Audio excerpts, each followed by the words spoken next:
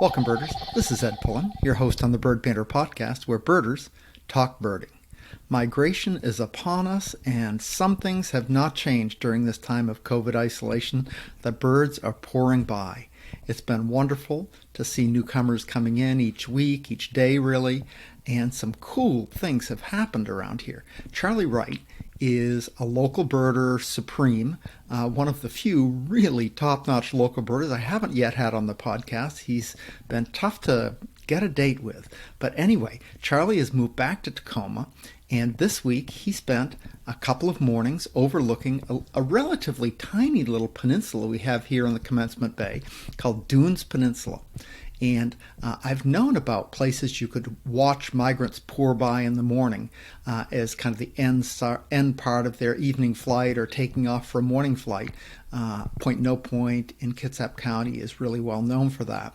But I never really thought of Dunes Peninsula, so a pretty tiny little peninsula, as being a funnel that would work like that. But Charlie spent, I think, 2 hours and 40 minutes a couple of days ago in the morning watching the migrants come by Dunes Peninsula from an overlook, and counted ridiculous numbers of birds. He had over 900 western tanagers.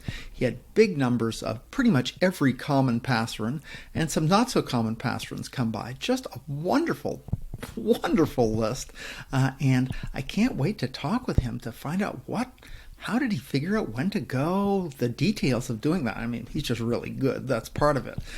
But I'm curious as to whether he had specific reason to go that morning or lucked into it, used radar forecasting, just had a hunch, had been seeing more birds piling up the day before. I don't know, but I can't wait to hear from that. That sounds really cool. It's another cool thing to do in the spring around here where you can be socially distant and not travel too far and get some really great birding in. Yesterday, I got out with birding friends for the first time in I don't know how long.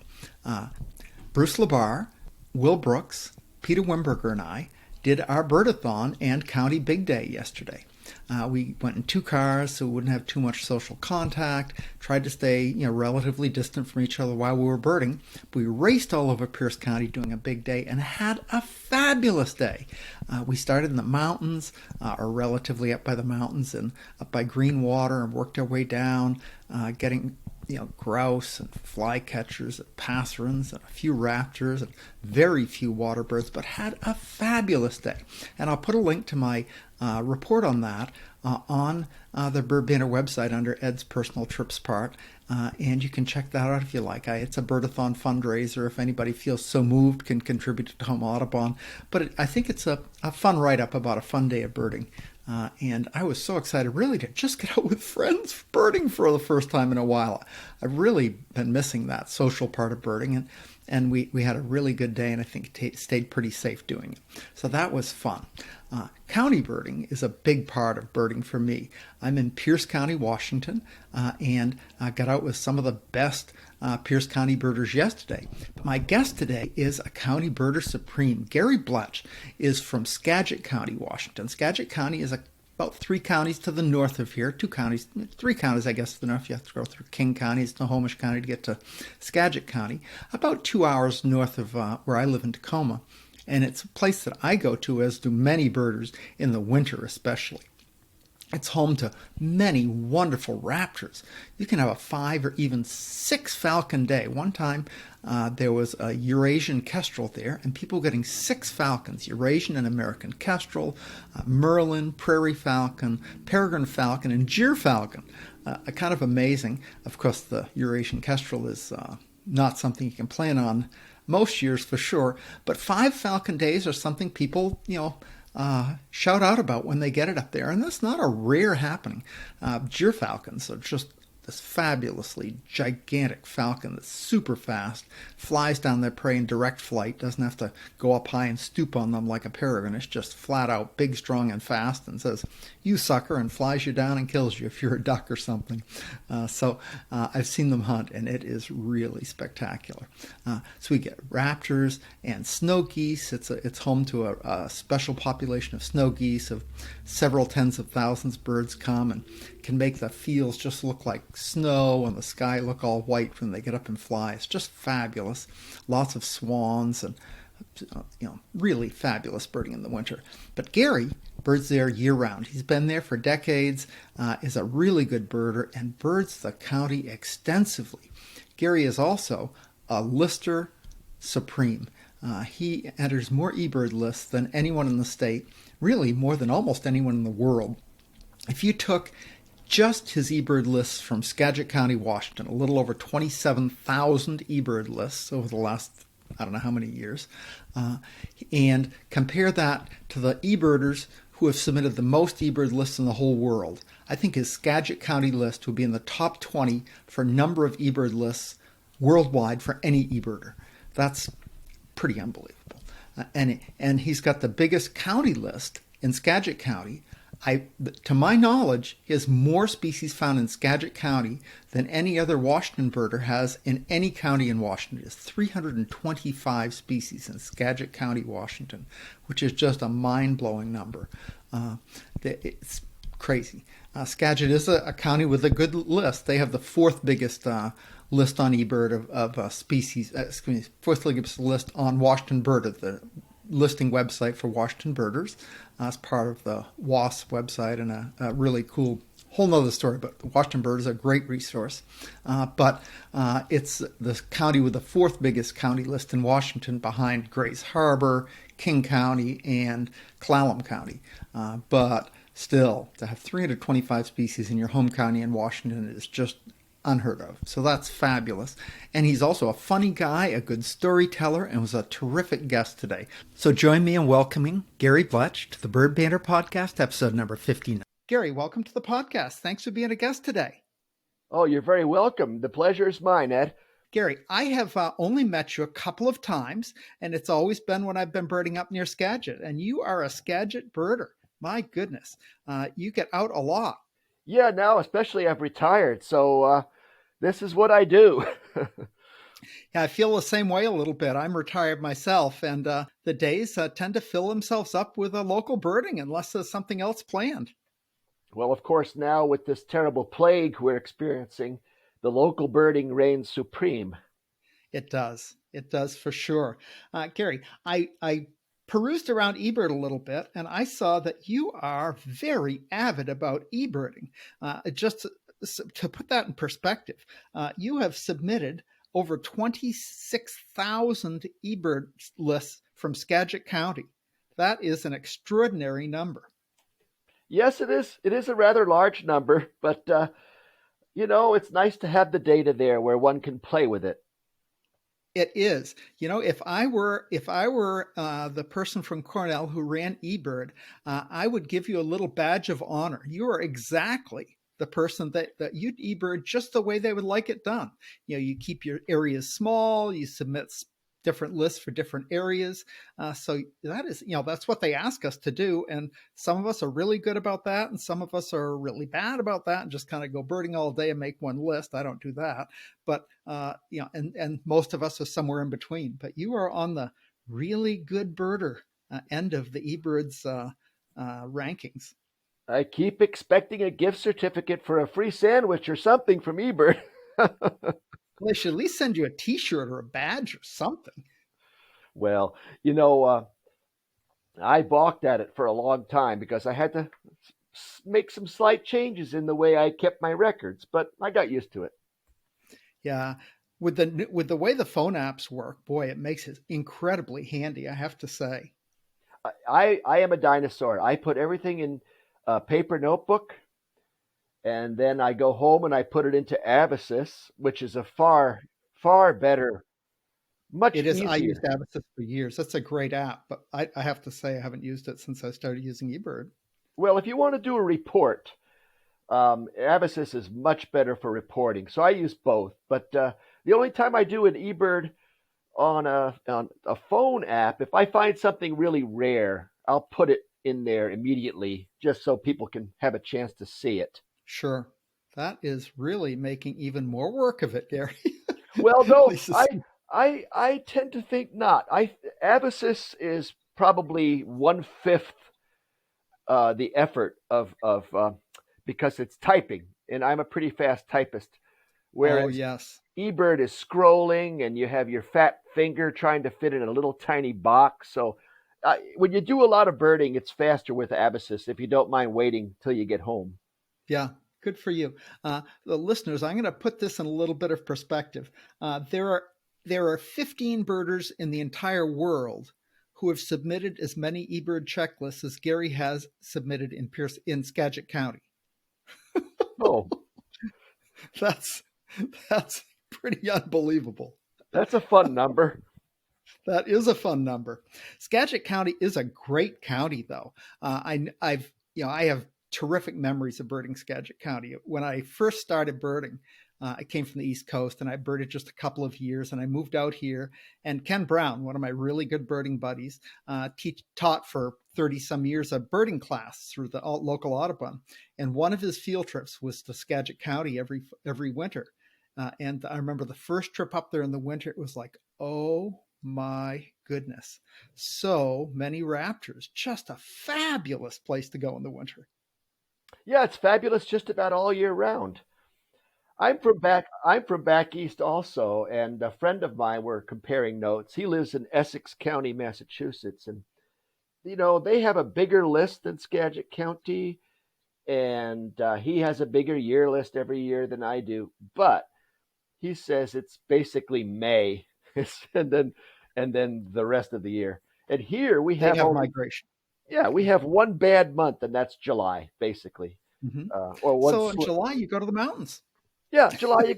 What I like to say is in July, you just go up higher and you've set the calendar back a few months. Exactly. It is amazing how the birding year, uh, it's so predictable and so wonderful that there's always somewhere you can go literally every day of the year and have some great birding in Washington. It's just a great place to be a birder. And I think very often the more miserable the weather, the better the birding. Sometimes it seems that way. I don't know if it's just because the seasons where there's miserable weather are the seasons where the really good birding happens, or if it's really because of those days. I'm not sure. Well, this time of year, for example, today we have hail and rain and lightning, and I got 32 species on my yard list today. And during the nice weather over the past few days before that, it was 25. I think bad weather holds them down and drives them down sometimes, especially in migration. Exactly. So, Gary, tell me about some of your favorite places in Skagit. Skagit County, to me, the Skagit Flats are Skagit County to me, pretty much same as Skagit Flats. I mean, I've been a few other places, but that's pretty much all I know very well about Skagit birding.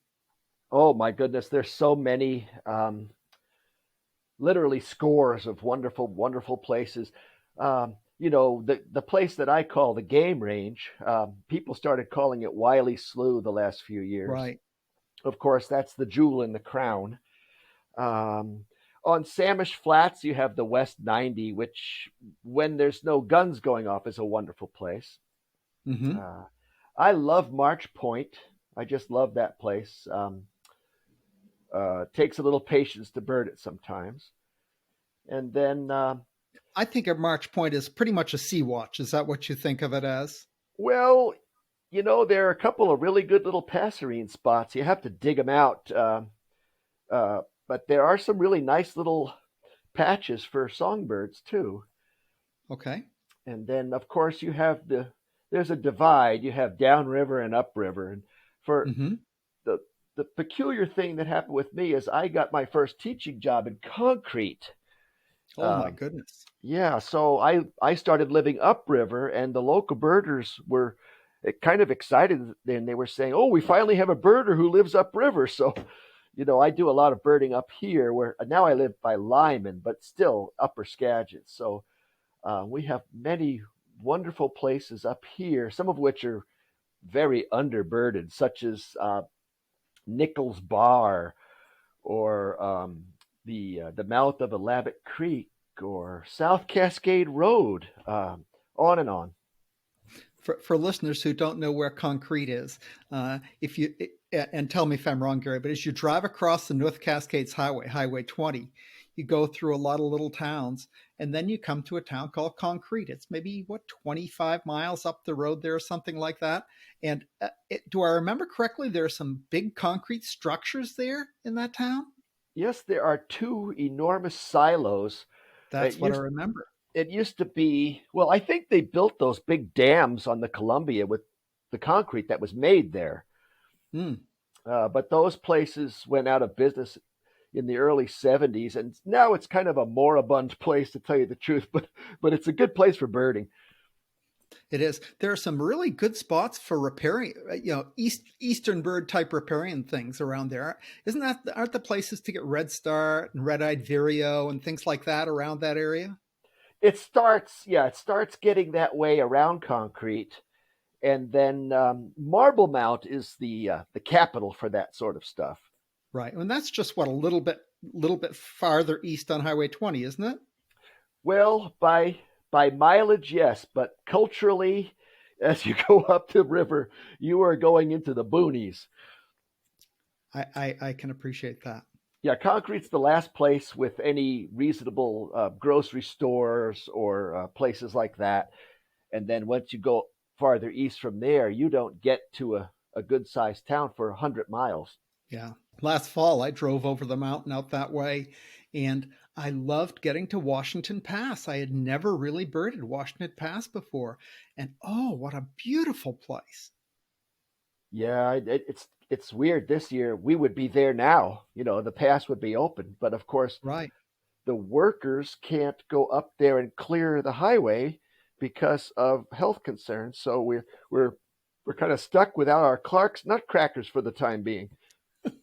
Oh, poor baby. You'll have to live a month or two without your Clark's Nutcracker on your county list. Exactly. Yeah, we're feeling the same way here. Of course, this coronavirus pandemic has put a big clink in everybody's plans. Certainly travel plans, but even you feel a little guilty about driving too much around even your own county. Yeah, I got over it in a hurry. I mean, because I I will go to 10 places and I will see between 0 and 5 other human beings where I'm birding. So there's nobody around up there. Yeah, I don't think the risk is the concern at all. It's about spread. And I mean, I do the same. I go to JBLM or Chambers Creek, Swan Creek County Park, or places that you can easily stay 100 yards from the nearest person if you can see another person. So it's pretty easy. Yeah, and I like to think that by purchasing the gasoline, at least I'm helping the mom and pop gas station owner to stay in business during this time. Exactly. That's a positive way to think about it. Good for you. Thank you. So, Gary, tell me some of the best birds you've found in Skagit County. I have to say, I've found some really good ones. I got my lifer Jeer in Skagit County in 1992, and I was on one of Ken's. Actually, I think I went up with just Ken, but it's memorable because it was on the East 90. Next to, you mentioned the West 90. At least I think the East 90 is that adjacent area. And there was a jeer perched on a post, and there was a huge flooded field with some posts on the other end of the flooded field. And this jeer would perch on one of the posts, and there were teal and other ducks out in that water, and it would just go howling across that water, 4 feet off the water. All these ducks are trying to stay underwater. They force themselves under the water, and it took him about 4 passes before one of them just couldn't hold his breath anymore and popped up, and he was the jeer's lunch. So it was just a wonderful jeer experience. And I had the wood sandpiper up there and the Eurasian kestrel, tulips and snow geese. It's boy, good memories. What are some of your better birding story memories from there, Gary? Oh my goodness, the Falcon is an embarrassing story for me because um, my wife was about to give birth, and I went out to see my lifer Falcon. Well, she was in the hospital because it was a very protracted labor. Oh my goodness, I think we got to cut this off right here, Gary. I think that is Well, 2 years later, our third and final child also was born in December, and I went off and saw my lifer Orchard Oriole also on the Samish Flats while she was in labor that time. oh, You But just gotta make some more babies, Gary. That's it to get these hot birds. that's a rather expensive way to get life birds. Probably a little late in life for that now too. Yeah, yeah, it is. But oh my goodness, wonderful, wonderful birding up here. And it's funny. In my early time in concrete, I found a veery up there. Ooh, And as far as I know, that species has not been recorded since that day. wow. But I was so new to the area. My wife and I were strolling around by the river in an area called the Crowfoot, and we found this veery. And then I went back the next day and I said, gee, I wonder what the status of the veery is here. And I looked it up in a book and I went, oh no, this is a really rare bird over here. I called my friends and they all ran up to see it, but it was gone. Yeah, bummer. Bummer. Well, you win a few and you lose a few. Yeah, I have to say the same. I had one of my early trips. I was just with my wife, and we were, not that accomplished birders, but we were, knew a little bit. And we had just moved out from the East Coast, where redpolls were feeder birds. Common redpolls were just very common birds. And it's in the winter, and we had a small flock of redpolls out on what was the game range at the time. Back in the days when you could go out on the game range before they made it into that big slough, and you can't really walk out there anymore. Sure. And we had a small flock of redpolls there, and I dutifully put it in my. I think that was before I was using Avasys. I was using the Mac version of that. I can't even remember what it was called now. The I something or other, I suspect. But I had it in my notes, and I can remember clear as day seeing those birds and being, no question in my mind what we were seeing. And a few years later, when I learned how hard it is to find a redpoll on the west side, I was like, ooh, that was really good. Oh, it's funny though, when the red poles have their little eruptions, then it's a little more reasonable. It is. Yeah, it was probably one of those years. I don't even know. But Gary, so you've birded Skagit. I looked on eBirds. You've gotten around the world a bit birding too. You've got a big world list. Where have you traveled to? Well, that really started in '98. We took I took a teaching position in Saudi Arabia, and Ooh, my wife was the school nurse. Our kids went to school there for 4 years, and for most Westerners, Saudi Arabia is a very unpleasant place to live. mm-hmm. But it was a fabulous place for birding, with certain caveats. But anyway, one escapes Saudi Arabia every time there's a vacation. And we just said, wow, we're here basically in the other side of the world. Every year when we go home, we'll stop off in Europe or we'll visit Asia or Africa or places like that. And so we took great advantage of that for those 4 years. And then I got the bug and started taking a trip every year. Oh, good for you. So, what are some of your world favorite spots? Well, the little patch I used to bird in Saudi, I used to call it the wastewater oasis. They used to truck the gray water there and dump it in the desert, and they created an artificial oasis there. I used to love birding there. I had the place to myself, and I used to find quite a few vagrants there from Europe and Central Asia that would find their way to the Yeah, I Red bet Sea you coast. did. Yeah, it was a wonderful place to bird. And then, I had a lovely trip to Mongolia a few years ago. That Oh was my goodness.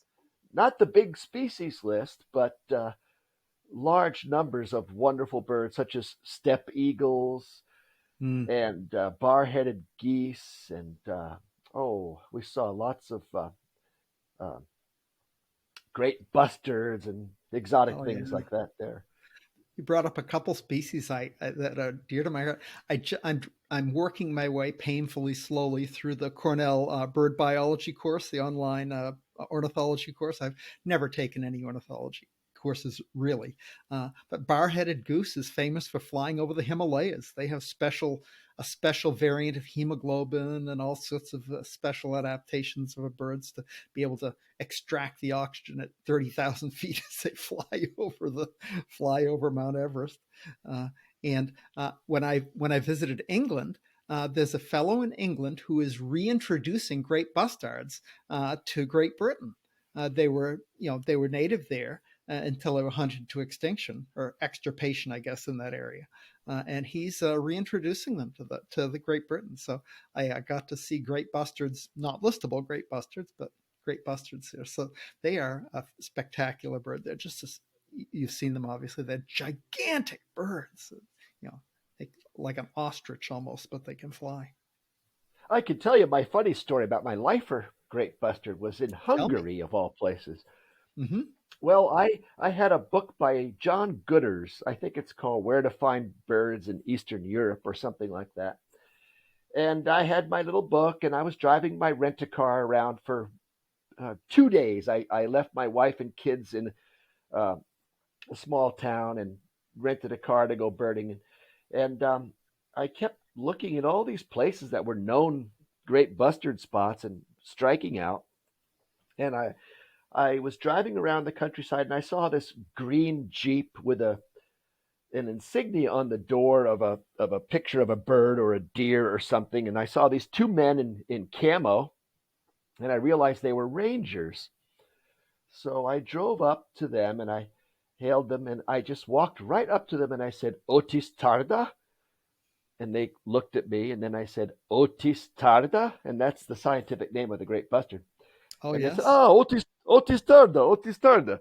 Well, they didn't speak any of the languages I speak, and I didn't speak Magyar, but I unfolded the map and I pointed to these places where I thought the great bustard was, and they vehemently shook their hands in a negative, and they pointed to this one spot on the map, and they said, "Otis Tarda, Otis Tarda." So I said, "Okay, thank you." I think I did know how to say thank you in Magyar at that time. But anyway, I jumped in the car and I went to the place they indicated. And I looked around and I thought, well, all I see here are sheep, white sheep. Well, all of a sudden, the sheep stood up on two legs, and those fluffy white sheep were actually the tail feathers of the bustards. Yeah, I can appreciate that. They are a big, big, unbird-like bird. Well, if you think that the birds descended from dinosaurs, they are quite dinosaur like. Very cool. Gary, you moved out here from the East Coast. Where did you live in the East? I come from a little town in New York State called New City, which is the southernmost part of New York that lies on the west side of the Hudson, just over the border from Jersey. Okay. And I started birding as a high school kid there, but I had no automobile. I didn't even have a driver's license. I had a 10-speed bike, so I would just bicycle around Rockland County and bird there. Cool. I spent 4 years at West Point at the military academy, not as a student, as a family doctor there after my residency. So I know that area a little bit.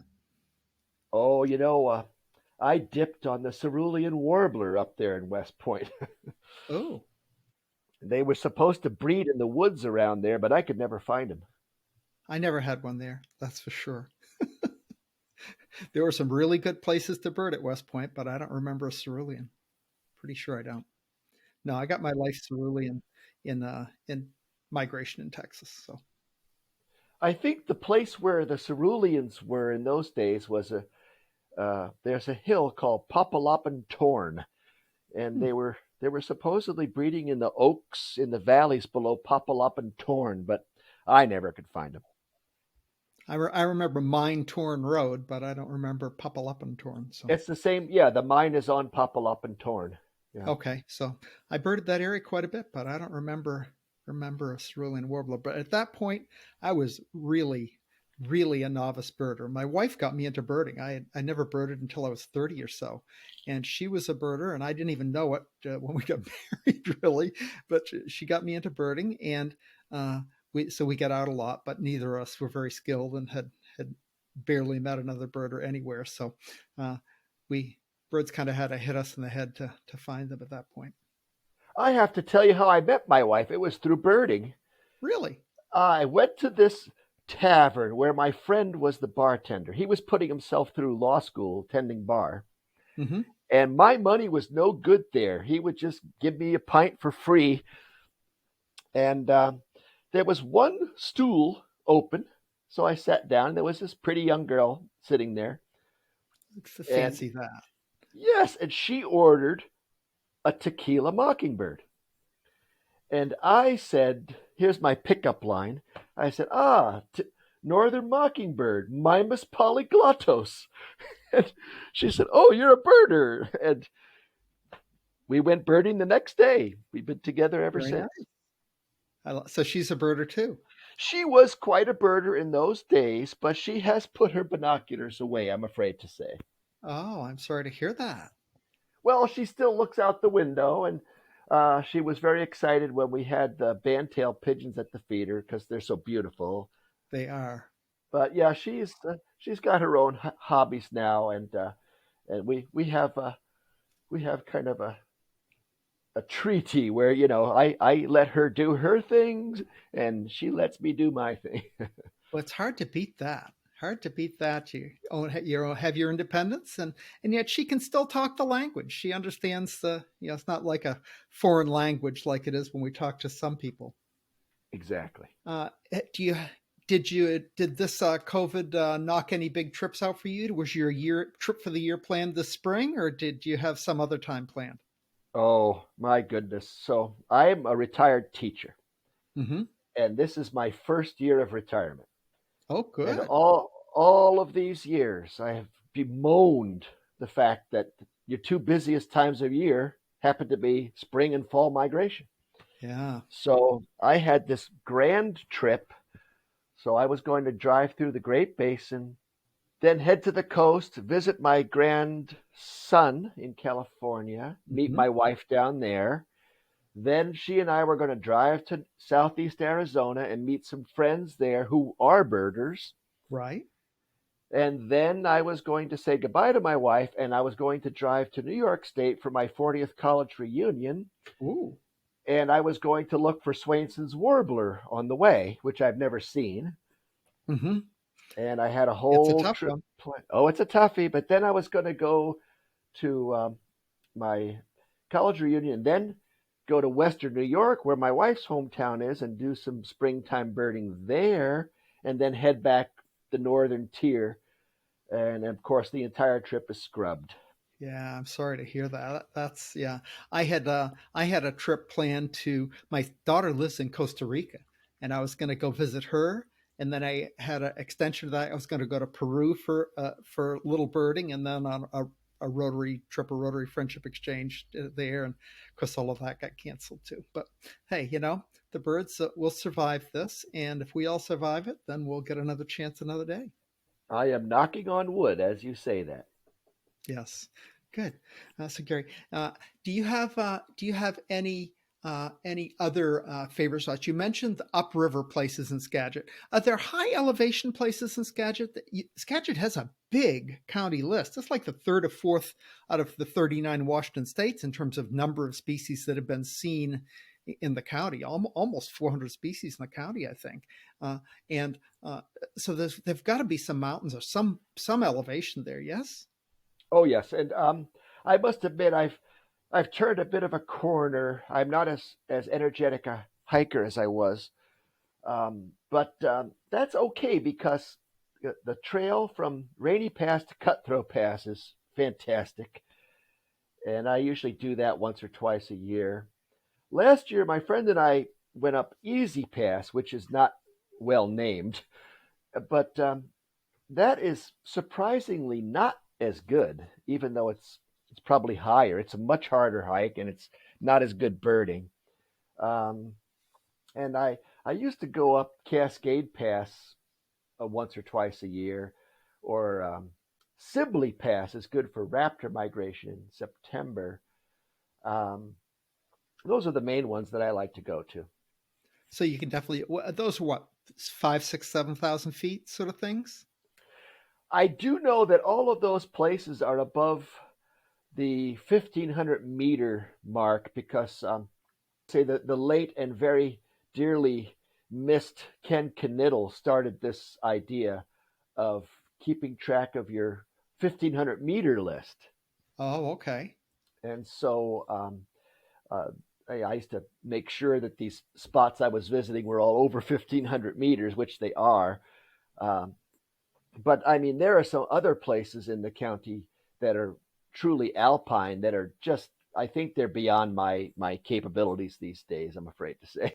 Skagit is a wonderful county. It's a pretty big county. It has the Skagit River, of course, which brings obviously the eagle spectacle every winter.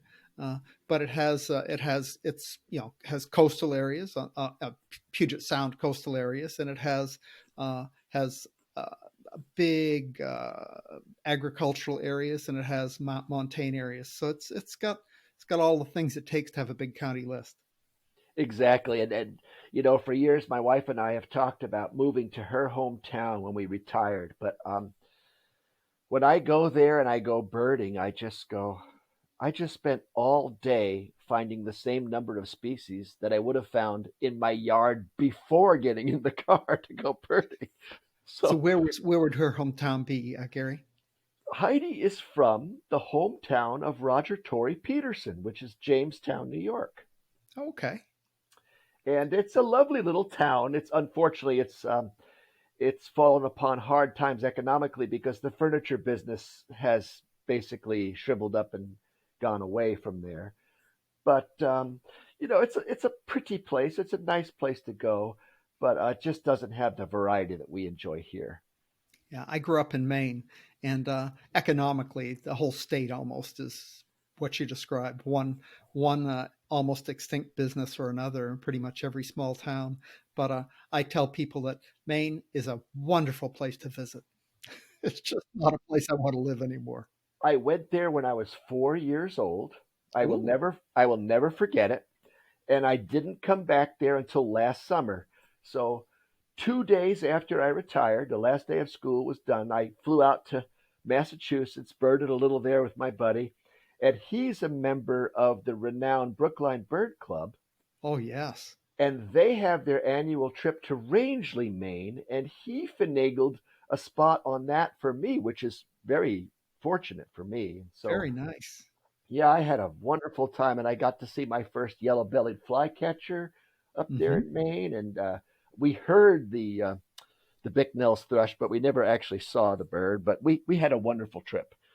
Yeah, I grew up there, but I wasn't a birder. And a couple of years ago, I went back and took flew to. I usually when I go back to Maine, I fly to Boston because it's honestly easier to fly to Boston nonstop and drive to Maine than it is to go through the two or three flight changes you need to take to fly to closer in Maine. And so I timed the trip for that first week of June when you can get Bicknells on the highway up Mount Washington. So flew to Boston, drove up to whatever the little town there is at the base of Mount Washington, stayed overnight, got up early in the morning, and went and the store. I didn't realize this at the time, but to hire one of these trips is $50, so pretty affordable. You get there at 6 in the morning. They don't open the road until 8.